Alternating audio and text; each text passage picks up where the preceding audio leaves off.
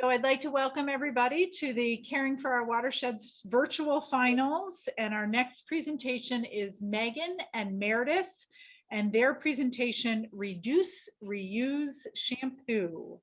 So ladies, go ahead and take it away. Okay, so I'm Meredith Brinkman and I work with Megan Dodds. Our project is Reduce, Reuse Shampoo. The problem that we identified is that one of the largest pollutants of the Ohio River is plastic manufacturing and the improper disposal of plastic bottles that either fill the landfills or become litter. And then another problem was that Johnson & Johnson found that even when people are recycling their kitchen, like cans and jars, they're not recycling bathroom plastics, whether that's that they don't know how to or because of convenience, because usually recycling is in a different room.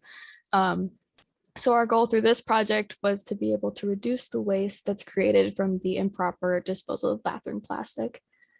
And the way we did that was by creating an alternative to plastic shampoo and conditioner bottles. So we created plastic-free shampoo and conditioner bars. They're just solid, regular bars of soap with simplistic packaging, which is just twine that ties the bars together. We use natural and simple ingredients to reduce waste and so that people know exactly what's going into their shampoo. And then the second part of our project was to host a drive at our school with our school's environmental action team, where we would collect empty shampoo and conditioner bottles from the students, and in exchange, they would receive a set of the shampoo and conditioner bars. And then once we've collected all of the plastic bottles, we will make sure that the bottles are properly recycled or give them to the environmental action team to reuse with their later projects. Making the bars was very simple. This past Monday, we had an event after school where students from the environmental action team and others in our school came and helped make our shampoo bars. We made 3 different batches, as you can see in the background. We bought most of our ingredients from Bulk Apothecary, which is a business that focuses on waste-free packaging. And then on the right, you can see recipes we used for each batch.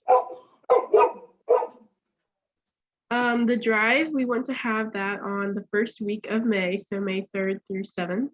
And on the right, on the left, you'll see a poster that we are going to hang around the school that talks about the watershed and different things that we can do to help reduce the plastic use, and then also how you can receive one of our shampoo and conditioner bars. And then on the right, you will see a half sheet that students would receive when they get the shampoo and conditioner bars that talks about the watershed contest and caring for a watershed, and then ingredients. And then we also have linked a social media. So there's multiple things that we can do to go further even after our project is done. So our school does this thing called Capstone, which is a senior service project. And for mine, I'm going to be doing environmental camp at my parish. And I'm going to talk about the Watershed Project and what we did and just different things that we can do to improve our environment just with little things in our everyday life. And then also use some of the plastic that we collect for different crafts and activities. And then also we made a social media where we posted some of our progress and photos of our bars, and we'll also use it to advertise for the drive. And then we also think it would be a fun idea to have a small business and continue making the bars just so we can have a larger and more lasting impact on everyone.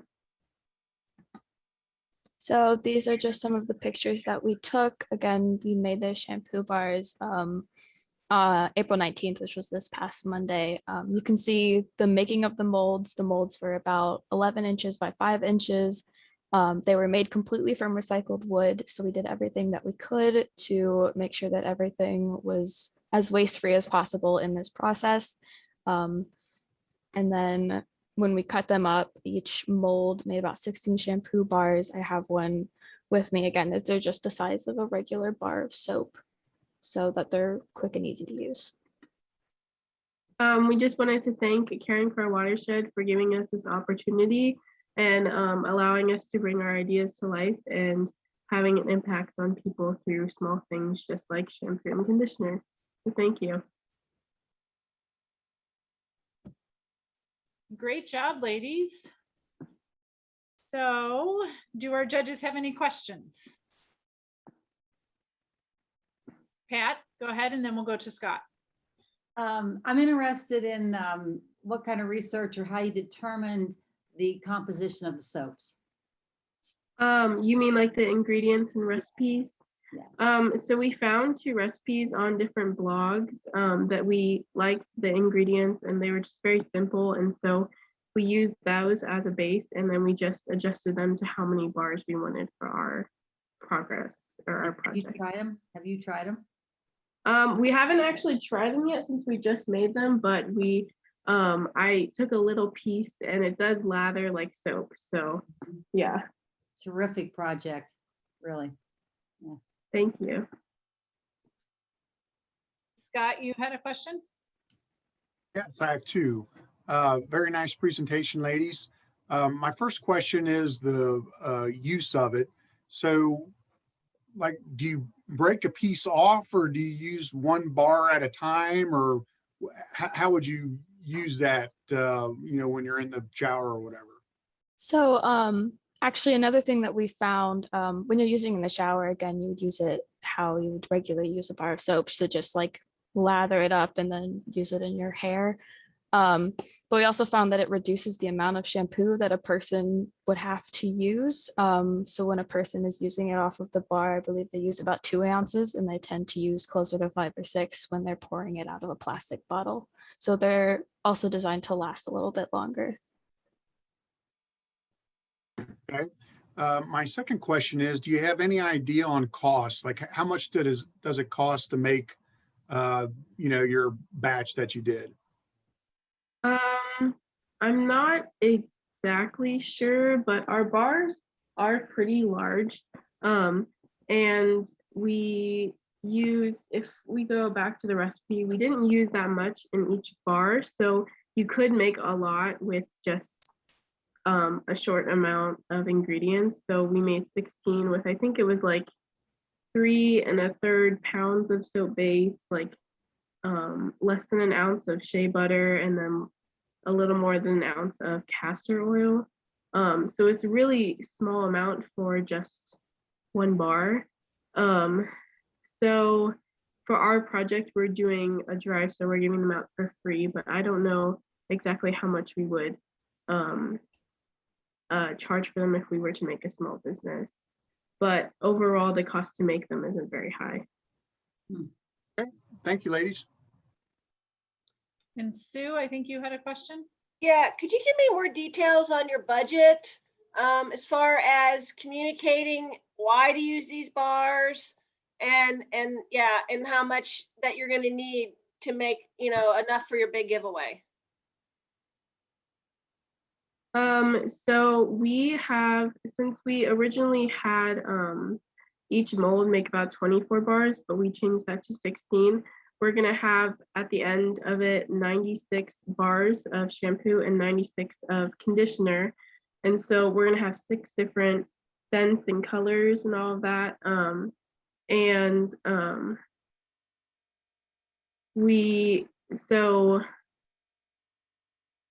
trying to think.